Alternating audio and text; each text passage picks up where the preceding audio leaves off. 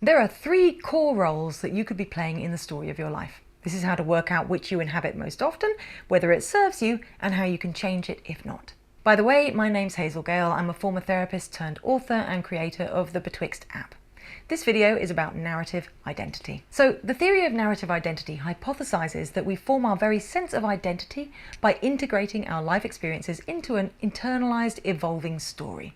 This enables us to make sense and meaning out of our lives. And it's not just a nice to have either. According to Professor Anil Seth, author of Being You, A New Science of Consciousness, what we think of as the self is wholly dependent on this experience of life as a story, with a thread of personal history behind us, a projected future up ahead, and a sense of meaning and transition holding it all together.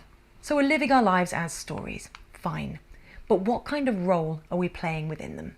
Human beings are born helpless and dependent. We do not make resilient babies. And because of this somewhat impotent starting point, it's easy to take a powerless perspective forward and live our lives as if we are mere characters in the story, a narrative written and directed by someone or something else. This character mindset is known in psychology as having an external locus of control. That is, the belief that life happens to us, that our successes and failures alike result from factors beyond our control.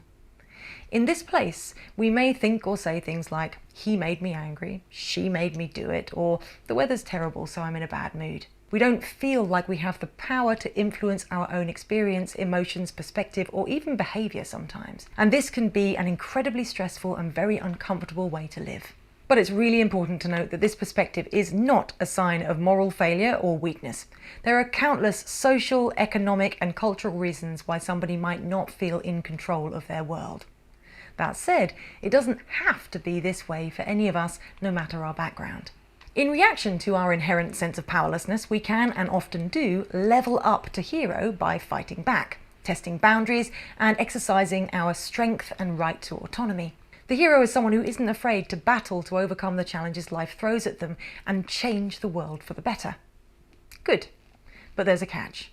To identify too strongly with the role of hero is to see everything as a test, that we need to come out on top or else we have failed in some fundamental way, which is basically never true. Furthermore, if we choose to see life as a battle, then that means there must always be an opponent.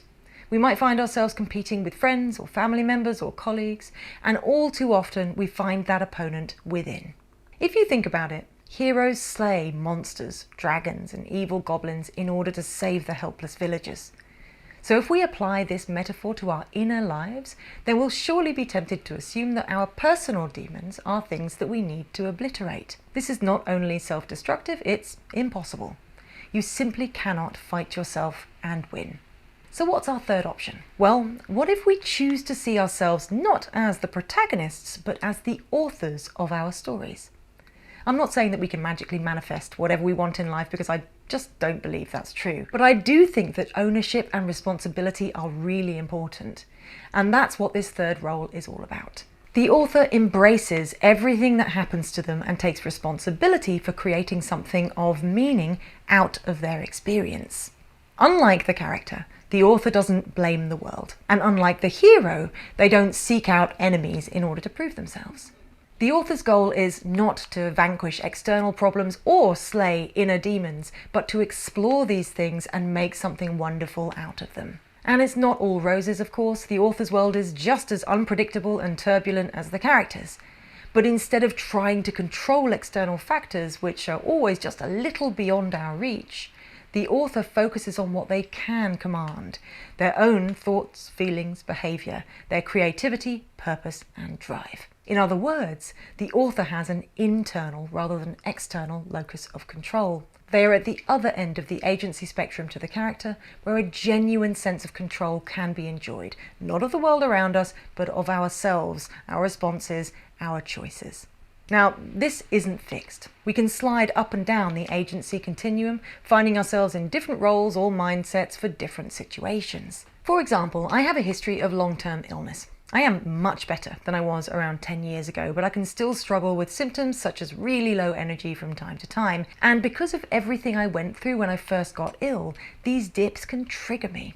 If I'm not careful, a bout of fatigue can fling me right down to the character end of the continuum where I feel resentful of my weak body or poor me, whatever. And so this is something that I have to actively look out for. Maybe I'll get to a place someday where super low energy won't scare me. Or maybe it will always be frightening. And that's okay, there's nothing wrong with fear. The important thing is how quickly I can remember that that fear doesn't control me.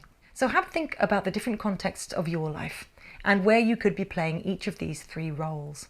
Are there places, situations, or people around whom you tend to feel powerless or find yourself asking, why me? Are there contexts in which your first instinct is to look for ways to combat the situation and force change? And are there situations where you feel in control of yourself and responsible for your reactions? Realistically, I don't think many of us will take this final perspective universally, but we can surely all do with a little more authorship of our stories. So if you would like to level up in the context where you're naturally more likely to play the role of character or hero, try asking yourself these two questions. 1. What can I actually control right now? And 2. What can I make out of this? Does your challenge present you with an opportunity to change your perspective, learn a new skill, take a new path in life?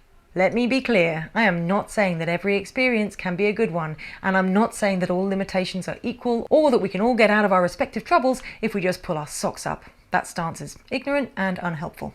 What I am saying though is that we always have some power, even if it's only over the way we react to adversity. Whether and how we choose to use this power is what makes the difference between character, hero, and author.